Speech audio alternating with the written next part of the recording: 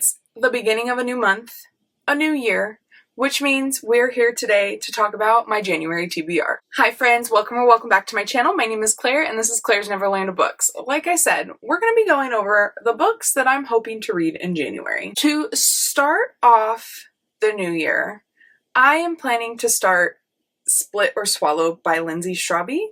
This is a TikTok sensation, I believe. I don't know, I've seen it all over the place, but I've been told it's best to go in not knowing anything, and I truly don't know anything. I think it's a love triangle. I think that's all I know about it. I'm pretty excited to give this one a go. Me and my friend at work were talking about it, and we decided to both buy it and buddy read it together on the 1st. So we're going to start this tomorrow and see where it takes us. This is getting picked up, I believe it's either Source Books or Bloom Books. And it's getting retitled as well as a recover. It's going to be called the Kiss the Basilisk, something along those lines. I'll pop up the cover right here. But I wanted to get on the hype.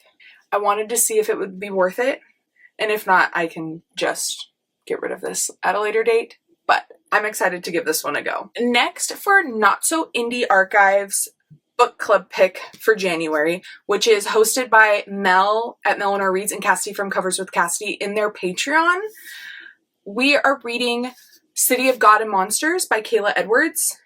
I have had my eye on this series, I think probably since this book came out.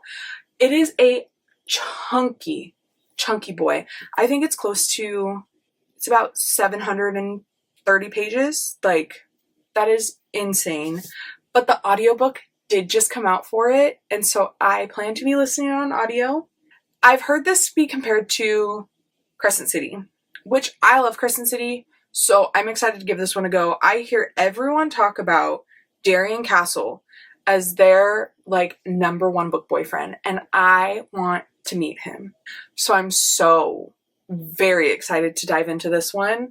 I also know that book 4, I think, comes out this year, and I don't know if that's the end of the series or if there's more to come, but I'm excited to give it a go, and if I love it, then I can binge the rest of the series before book 4 comes out. That's always fun. Then I have something to tell you guys. Something that I'm not proud of, but we're going to rectify that in January, and that is I need to finish Iron Flame. I know, don't come for me. I started reading this right when it came out, and I got to here and I put it down. I think I got sick. I think I was getting sick and I was annotating, and it like totally wiped me out being sick. And then when I came back to like wanting to read it, I was like not wanting to annotate. So I've decided to give up on annotating for now, and I'm gonna listen to it on audio and finally finish Iron Flame so that then I can read Onyx Storm on the 21st when it comes out. I am planning to take the day off from work. I'm going to the midnight release the night before at my local Barnes & Noble. So I will have this puppy in my hands ASAP and will be reading it all day long. I was really enjoying Iron Flame. I know a lot of people didn't love this one as much as Fourth Wing, but I was very much enjoying it. I did feel like it was a bit slow, but I still was having a great time, so I am really excited to get back into this and finish it so I can read Onyx Storm. Next, I have a placeholder because I will have hopefully finished this book by the time the new year starts. So it's not going to be this book, but the rest of the series I really want to binge. And that is the Legacy of God series by Rena Kent. I picked up God of Malice with Mel as a buddy read, and I had a really, really fun time with it. It was like a low 4-star. It definitely they don't need to be this long, first of all. But it was very, like, it's a dark college mafia romance. Those are always very formulaic, but I have so much fun with them. And I just finished book 2, God of Pain, and so I'm going to be diving into God of Wrath. So I'm hoping to read God of Ruin, God of Fury, and God of War in January and finish off this series. I'm having so much fun, and I cannot wait for God of Fury. I can already see the little details sprinkling in for that one, and I need that one now. So I'm going to read the rest of this series hopefully in January. I'm having a really fun time. This got picked up by Bloom, so they're getting repubbed with like sprayed edges. So God of Ruin comes out in January, and then Fury in February, and War in March. So I'm excited to get those and add those to my collection too. January is always a month of reading booktubers' favorites from the previous year. So I am going to be participating in Cassidys Readathon that she has for the month of January, which is basically like a bingo board of booktubers and reading some of their favorites off of their list. So I have some tentative booktubers in there with some books that I'm really intrigued in reading sooner rather than later. And first up for that is Binding 13 by Chloe Walsh. This series, the Boys of Tommen series, has been everywhere, and I have been so scared of it. This book is 606 pages, and the font is very tiny. It's a, like, I think it's a college, it's college level, like, angsty romance. I think that they center on lacrosse or rugby. Oh, no, I think it's rugby. Don't come at me, people that love this series, please.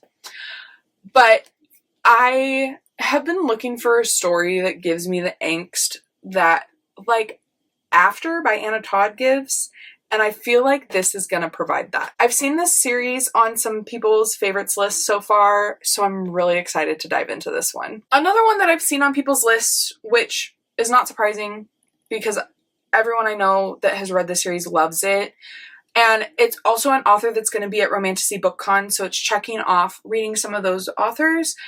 And that's The Bridge Kingdom by Danielle L. Jensen. I've talked about it before.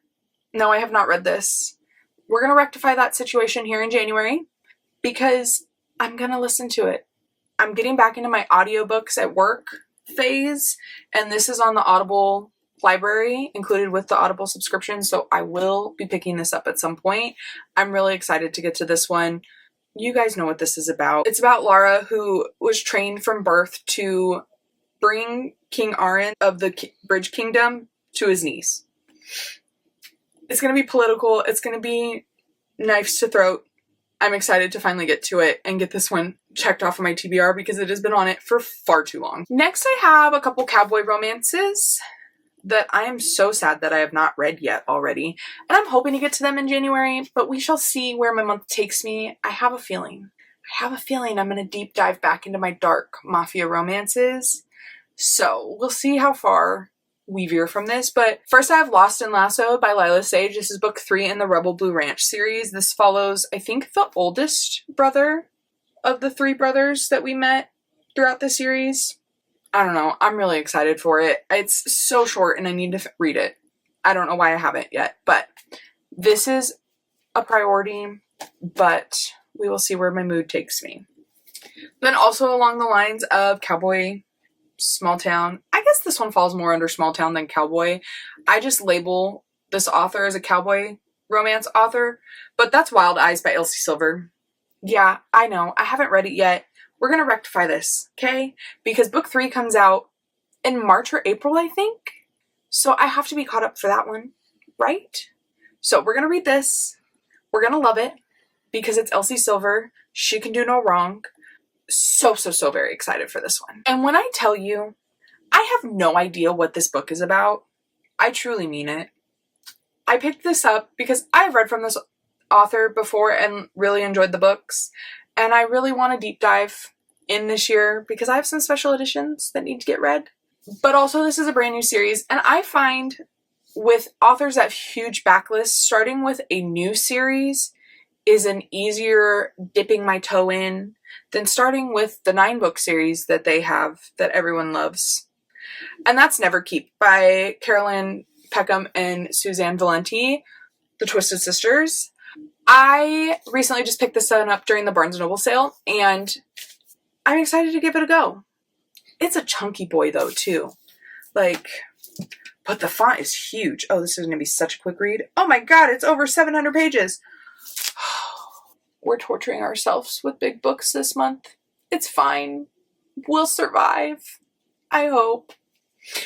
On Honestly, no idea what it is. It says a dark enemies to lover romantasy series.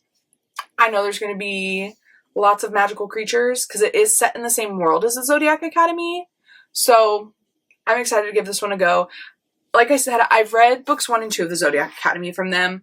I had a good time. I have some special editions of them. I will be continuing that series this year, as well as their Ruthless Boys of the Zodiac.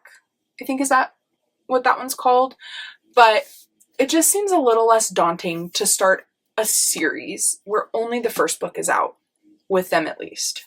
So we're throwing this one on there. We'll see if it happens, but I'm hoping it does. And then I have a couple of audiobooks that I'm going to be reading too in January. I'm going to be giving another go to A Touch of Golden Madness. I've talked about it before. I DNF'd this book 40 pages in. And I feel like I just didn't give it a good enough chance because this book is on so many people's best of list for 2024. And I just want to give it another go and give it a good shot. Mel recently read it as well, and she said that the writing was hard to follow on the ebook, so the audio made it a lot better. So I'm going to be picking it up on Audible and reading it that way, and I think that I'll have a better shot at it because with audiobooks I find that the writing doesn't bother me as much because of how fast I'm able to listen to them at. So I am excited to give that one a go because I want to be on the hype. I want to be a fangirl with all these girls about this series with everybody. So that's one on there. I'm really excited to give it another go. And then lastly, the other thing that I have planned is Stolen by the Wolves by Lynx Robinson. Is that how you say that? I don't know. It is a Viking Omegaverse. This one has been on my radar for a little while. I am a big Omegaverse fan. Throw some sexy Vikings in there and that could be a good combination. So I'm very excited to see how this one goes. This will also be on Audible. I just got it through like the 2-for-1 Audible sale that was going on. I picked that up with another book. So I'm excited to give this one a go. We shall see how it turns out. Like I said, I've been back into my dark romance era, which I want to grasp onto because I have neglected that genre basically all of 2024. So I would really like to get back into it. So I could see myself picking up the Madison Kate series by Tate James and rereading that world from her because those books, I love these books to death. So that's a good possibility, but we'll see.